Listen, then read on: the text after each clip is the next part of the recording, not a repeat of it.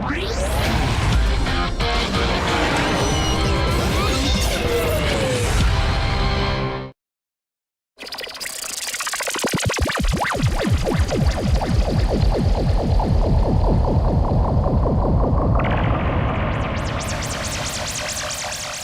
races to go in the Formula One World Championship, and coming up next is another back-to-back pair of races at Greater Noida in India and Yas Marina in Abu Dhabi. We look at the state of play regarding development of the F2012 for the final rush with Nicolas Tombazis, Scuderia Ferrari chief designer.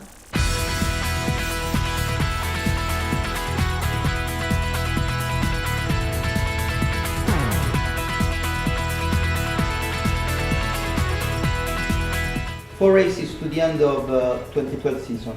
Where are we with the development of the current car? We are clearly heading to the last four races, having lost our championship lead and having still some performance to make up to our main rivals. So that means that we cannot defend, we must attack in the last four races, and we have a plan to bring upgrades to the car in every single race and to try to close the gap to Red Bull and to fight with them for the wins and hopefully bring home the title. It's always said that one of the keys for the success is the development rate. Are you happy with this development rate in 2012? I think if one looks at it as a whole, one can be reasonably pleased with where we are now, still fighting for the championship, being one of the two main contenders for the championship, compared to where we were at the start of the season, where we were really in a very bad shape. So in that respect, we can be reasonably pleased. That said, we were hoping to be a bit further ahead in the last few races that we've completed. We had brought quite a few upgrades to the car, and we were hoping that those would have closed the gap to our main rivals, and that didn't materialize for various reasons, and that clearly has been frustrating for us, and we have had to think hard about what didn't work and try to recover that. So really I'm not pleased about the last say couple of months, but I think overall it's okay, and I hope that in the last four races we will be pleased again. What were the actions done to solve the problems you're talking about? We did bring, as I mentioned, some components to the track which we had predicted would have made the car go faster, which had a negative effect. So we had to be very careful in our measurements to analyze that. When this happens, when you have components that in the wind tunnel may appear to be better but then do not translate to the track, one has to be very careful about what is happening. So as a result, we organized what we call an aero test in order to try to evaluate these components and to do some fine-tuning of them. And this was completed before the India weekend, and we got some very interesting answers, some very clear trends about what was wrong, and we believe that we have taken steps to recover that. Looking at longer term, what are the actions to solve the problems of correlation? And I would like to ask you to explain also the meaning of the word correlation in the aerodynamic world, to make the Ferrari wind tunnel more competitive compared to the rest of the Formula One world? Well, in Formula One aerodynamics, when one talks about correlation, one really means the level to which your wind tunnel can predict the performance, the aerodynamic performance of the real car, the track. A wind tunnel correlation is not black and white. It's not either you have it or you don't. There's different degrees and levels. There can be miscorrelation for a lot of different reasons, whether it is the flow quality or whether it is the scale of the car or the size of the wind tunnel or some geometrical differences, etc. There can be a huge number of reasons for which you may have problems with correlation. What our tunnel is clear is that we've had some areas where we've actually failed in bringing the performance of the car. So there are some undeniable problems that we need to solve. What we have decided to do is to take some fairly significant steps to upgrade our wind tunnel to bring it to the forefront of the technology that is known at the moment. Compared to some of our rivals, our tunnel is now a bit older, and we believe that it has fallen behind in some of these aspects. So that's why we have decided to perform these fairly major upgrades.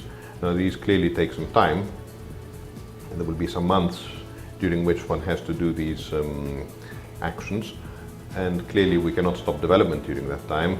So we will be renting a wind tunnel commercially and performing our development there while we perform these upgrades in our own wind tunnel. And hopefully by the end of that process we will be able to come back to a much more accurate and good facility and carry on developing in our own house. How difficult it is to work on two different wind tunnels at the same time? In an ideal world, if one has a wind tunnel where one gets all the good results, etc., to have one wind tunnel is actually a lot simpler than having two, because one doesn't have to go back and forth, do comparisons and so on. One can rely on what one is measuring. When one has some correlation issues, it's useful on the other hand to have some checks in another facility and to be able to compare the results from different facilities. So that's why we've had to use another wind tunnel. So it makes life more complicated for sure, but when one has these correlation issues, it's quite useful. Coming back to the last part of the current season, how do you foresee the behavior of the car in the next 4 races from the aerodynamic point of view? The last 4 races are all reasonably high downforce circuits. Now 2 of them are, let's say, close to maximum downforce, another 2 are slightly more moderate levels of downforce, but all fundamentally reasonably high downforce circuits. So there's not a huge difference in the aerodynamic setup of the different races. There are some differences, but not massive. So our objective is not really circuit dependent, but it's more trying to bring all these upgrades we've got from the wind tunnel work as quickly as possible, as early as possible to the track, and also to confirm their performance at the track, so hopefully not have these problems I was citing earlier. So hopefully convert the wind tunnel performance to a car that actually goes faster in each one of these races. How do you determine the aerodynamic configuration of the car for a brand new circuit, as Austin will be? When we arrive at Austin on the free practice 1 on Friday before the race, it will not be the first time we've actually analyzed how the car should be set up. We have received a circuit map and we've got information about the circuit in terms of the straights, the corners, the basic layout of the track, and we have managed to do that, to take that data and put it in the simulations, whether it is offline simulations with our various simulation tools or on the actual simulator itself. So we have done quite a lot of setup work already on the car, both from an aerodynamic point of view but also from other aspects, suspension, etc. And we feel we've got a reasonably good view about what to expect. Clearly, once we arrive there, then there will be obviously fine-tuning, there will be some aspects which maybe haven't been simulated completely and will need some adjustment, and that will happen during the Friday before the race. Last question, looking at next year, where are we with the development of the design of 2013 car? The 2013 car is at quite an advanced stage. We have the good fortune, considering that we are in a championship fight for 2012, to have a continuity of regulations for 2013, which means that the work we're doing for 2012 car aerodynamically can also be translated onto that car, and therefore it's beneficial for both championships, let's say.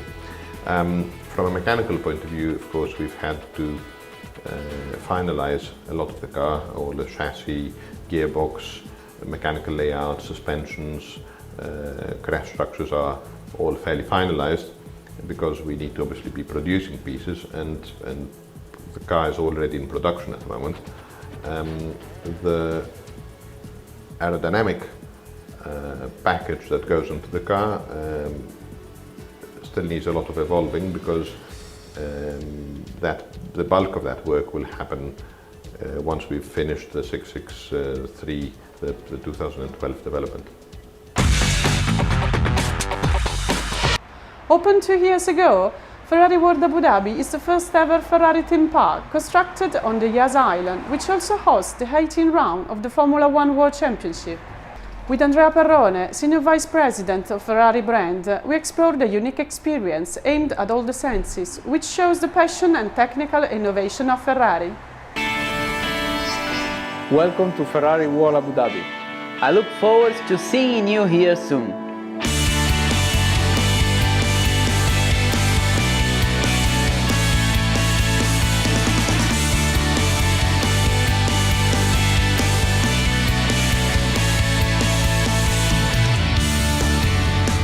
Ferrari World Abu Dhabi is the first Ferrari theme park in the world. It's the largest indoor attraction of its kind. The idea to open this theme park came directly from Mr. Montezemolo, our president. Abu Dhabi has been a normal consequence of the partnership between Ferrari and Mubadala. And became a landmark not only in the UAE market but even more at a worldwide level. The park today it's definitely one of the main attractions of the UAE.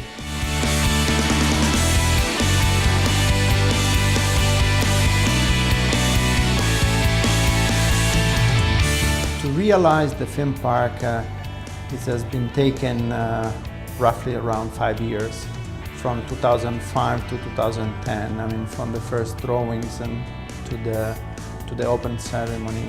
And of course, it's been a very challenging period for all the people involved in the project, but more than ever, has been so successful for all of us.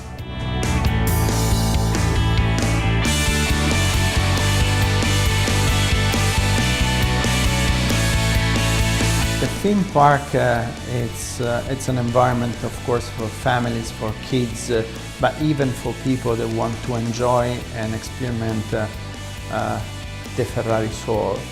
So it goes to people can enjoy attraction like small cars, small electric cars, and to the roller coaster, to the famous Formula Rossa roller coaster. And of course, it's not only for Ferraristi, it's not only for Ferrari fan, but it's for all the people that want to really have an experience of what Ferrari stands for. Since the opening, of course, it's a work in progress. We are still implementing a new attraction. A new attraction will come in 2013 and 14. Of course, today there are around 20 main attractions in the park.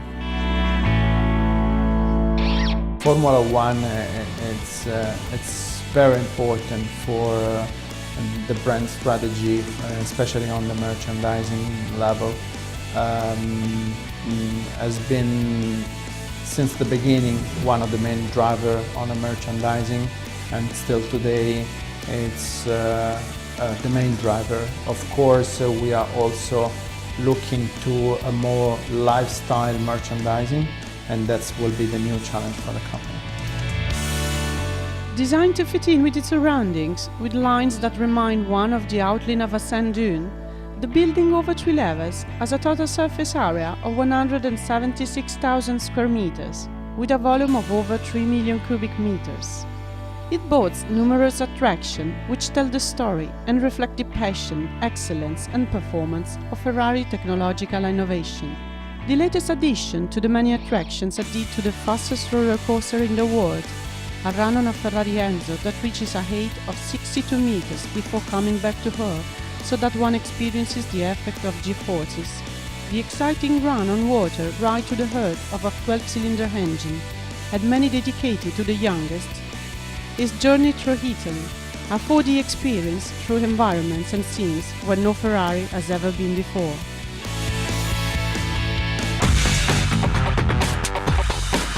In addition, in this spot, we continue with the usual look at the Formula One alphabet. The Scuderia Ferrari engineers today give a detailed explanation of the meaning of G-force, hydraulic system, lubricant and sensor.